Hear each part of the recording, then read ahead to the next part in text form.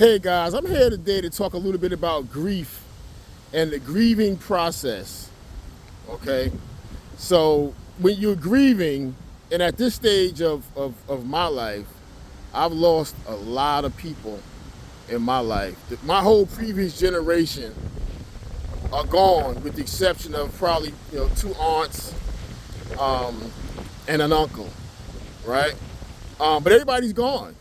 At my age, I've lost best friends. I've lost former co-workers. Have all passed on and gone on, and it hurts. It's devastating. My ex-wife gone, second wife gone.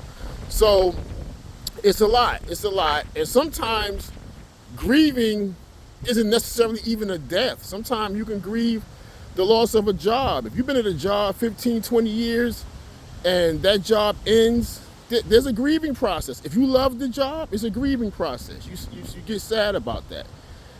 If your marriage ends, you've been married a while, that's a grieving process. It's almost like the death of something, right? The death of anything, the end of anything, there's a grieving process that takes place. I've watched people close to me bury their children, okay? Now, it don't get no worse than that. You burying your children. That's about as hard as it can get. I've never buried a child, God forbid if I ever do, but that has to be the worst. And my heart aches for my friends who have had to go through that, right? And you have people who, when you're grieving, people on the outside looking in, who's never lost anybody, they're not grieving, they don't know how this feels. And you could be sad for a long time, and they'll sit up there and say something stupid like, "You're not over that yet?" What the hell you mean I'm not over this yet? There's no time limit on grieving. And here's the thing people need to understand about grieving. If the person was very close to you and you love them, you never, ever get over that.